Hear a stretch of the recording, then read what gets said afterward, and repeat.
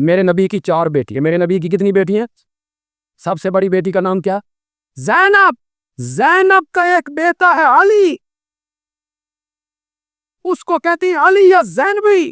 اے بھی میرے نبی دا دوترا ہے، اے مترئی دھی نہیں، اے پلیٹھی دی. سب سے بڑی بیٹے کا نام ہے علی، علی یا زینبی. غزوہ یرموک میں میرے نبی کا یہ نواسا کافروں سے لڑتے ہوئے جی میرے نبی کا یہ نواسا اسلام کی سرخلتی کے لیے کافروں سے لڑتے ہوئے جام شہادت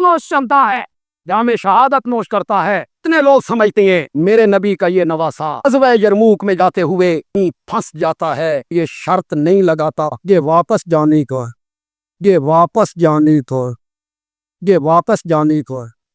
نہیں کہتا مجھے واپس جانے دو، آگے بڑھتا ہے ہمیں شہادت نوش کر.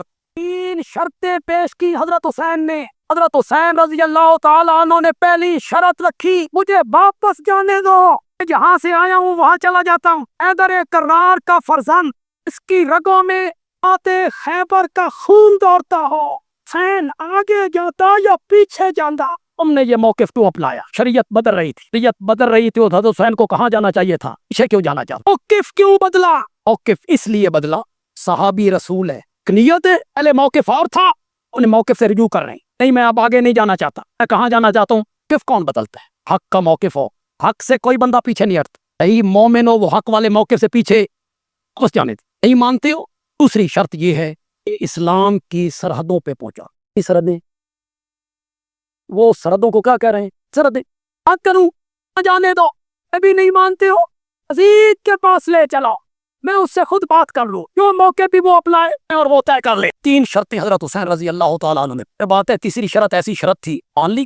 اس کے اوپر بتا دوں ان کے کہ وہ چھوڑا وہ کریں جو سنبھالی بھی جائے. حضرت حسین علیہ السلام راضی تھے ایک شرط کے اوپر. تو سر اس سے بڑی تو خوش نصیبی نہیں تھی آل امیہ، کیونکہ حضرت حسین کو بیعت کروانے کے اوپر ہی کوششیں ہو رہی تھی. وہ خود کہہ رہے ہیں کہ مجھے کام جانے دو، میں یزید کے ہاتھ میں ہاتھ دے دوں. بڑی اچھی بات تھی. ابن زیاد اس وقت میں آپ کو کی دیتا ہوں یزید کے بیعت. ابن زیاد اگر یہ خط لکھ دیتا نا، یزید آپ ابا جان جس حسین سے 4 سال تک ٹل لگا گئے آپ اپنی زندگی میں آپ کے لیے نہیں لیتے نا، دیکھیں آپ کا ایسا گورنر ہوں کہ آپ کے ابے کے نامکمل مشن کی تکمیل میں نے کر دی ہے. اس سے 2-4 اور صوبوں کی گورنری مل جانی تھی. یہ تھی تو کہانی میں آپ دیکھا کریں کہ لوگ سمجھدار لوگ بھی ہیں جو چور کی لنگوٹی بھی پکڑ لیتے ہیں. یہاں تو آپ نے لنگوٹا ہی بہت بڑا چھوڑ دیا. پہلی میں شاید لکھی کہ مجھے ہاتھ میں ہاتھ دوں، اگر وہاں نہیں جانے دیتے مجھے مدینہ شریف واپس جانے دو. وہ بھی بہت اچھا تھا. بھائی نعمان ابن بشیر کو رضی اللہ تعالیٰ عنہ کوفی کی گورنری سے یزید نے کیوں اٹھایا تھا؟ کیونکہ اس کو پتا چلا تھا کہ حضرت حسین ابن علی کو سلمان ابن سرد صحابی نے بلایا یہاں پہ، اور نعمان ابن بشیر حضرت حسین کا بڑا احترام کرتے تھے. وہ صحابی تھے، اگرچہ وہ حضرت معاویہ کی پارٹی میں تھے لیکن اہل بیت کا بھی احترام کرتے تھے. تو اس کو پتا تھا کہ اگر ان کے ہوتے ہوئے حضرت حسین آ گئے تو یہ تو مطلب میرے کہنے پہ ان کے ساتھ سخت رویہ نہیں کرے گا. اسی لیے اس کو اٹھا کے ابن زیاد کو گورنر بنایا گیا تھا کہ حضرت حسین کو ٹیکل کرنا ہے. اس سے تو اچھی بڑا بات تھی کہ حسین واپس ہی چلا جاتا. تو ابن زیاد یہ بھی کہہ سکتا تھا کہ سر دیکھیں میں نے اس کو کتنی شرط منوائی ہے، آپ نے مجھے گورنر لگایا تھا کہ اس کے ساتھ میں دیکھو انہوں ایسا ڈرا وہ واپس جا رہا ہے. تسی ڈرے سو، آپ ڈرے ہوئے تھے کہ وہ یہاں آ کے نعمان ابن بشیر بھی اس کے ساتھ لینیٹ ہوگا تو یہاں پہ وہ گڑبڑ کریں گے اور یعنی لوگ قیام پہ لوگوں کو آمادہ کریں گے جس کو یہ خروج کہتے ہیں. تو میں نے دیکھا ان کو وہ کہہ رہے ہیں میں واپس بھی چلا جاتا ہوں، اور کیا چاہیے تھا. اور تیسری شرط مجھے کسی اسلامی مملکت کے یعنی وہ آپ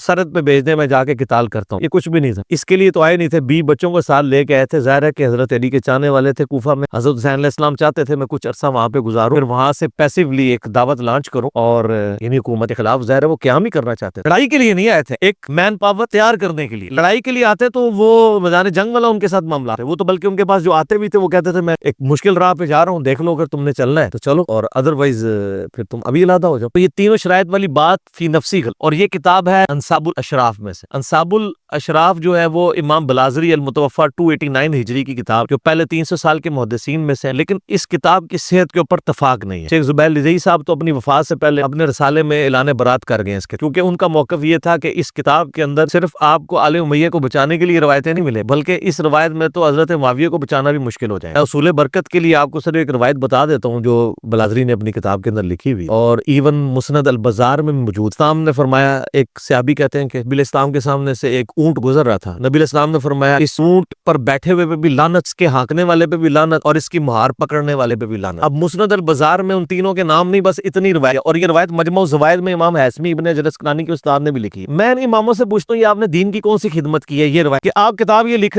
روایت یہ لکھ رہے ہیں کہ اونٹ پہ بیٹھے ہوئے پہ بھی لعنت، ہانکنے والے پہ بھی لعنت، اور اس کی مہار پکڑنے والے پہ بھی لعنت، اور حدیث ختم۔ بتائیں نا کون ہے وہ بندہ، وہ چھوڑ، تو بلازری نے بتا دیا نا کون ہے، تو ہم کوڈ ورڈ میں آپ کو بتاتے تھے۔ وہ اونٹ کے اوپر امیر شام کے والد محترم بیٹھے ہوئے تھے، اور اونٹ کو ہانکنے والے جو ہیں وہ امیر شام خود تھے، اور مہار پکڑنے والے امیر شام کے ایک بھائی تھے۔ تو یہ بلازری نے لکھا ہے، آپ فگ لے لیں بلازری سے، یہ اور بھی بہت کچھ لکھا ہے اس سے۔ شیخ زبیر صاحب جو ہے نا پھر اسی لیے کہتے تھے کہ اگر بلازری کی کتاب انصاب الاشراف سے اس طرح روایتیں لینا شروع کر دیں گے نا، ہمیں پھر ابھی تک تو ہم کا دفاع صحابیت کی وجہ سے کر رہے ہیں، معاملات کچھ اور نکلنے شروع ہو جائے۔ حسن اللہ یاری کہ آپ ذرا ویڈیوز دیکھیں نا، وہ یہی ساری روایتیں بلازری سے ہی لا کے دکھا رہا ہے نا، اور وہ اہل سنت کے ائمہ کا مذاق اڑا رہے ہیں۔ مجھے لوگ کہتے ہیں حسن اللہ یاری کو جواب دو، میں کیا جواب دوں اس کو؟ میں جواب دوں گا تو آپ میرے اوپر 295C لگائیں گے، آپ لوگ جواب دینا۔ لوگوں سے لاکھوں روپے چندہ آپ لوگ لیتے ہیں، ٹھیک ہے جی، دین کی خدمت کے نام کے اوپر پوری قوم کو آپ نے آگے لگایا ہوا ہے، تو جب آپ کے اوپر اہل سنت کے منہج پہ کوئی حملہ ہوتا ہے تو مجھے کہتے ہیں آپ جواب دیں، جواب بھی آپ دیں نا، بتائیں آپ۔ تو یہ سب فراڈ ہے، بلازری والی آندہ کبھی بیان بھی نہ کرنا، یہ 3 شرائط والی، اس کتاب سے ہی جان چھڑا لو تو زیادہ بہتر۔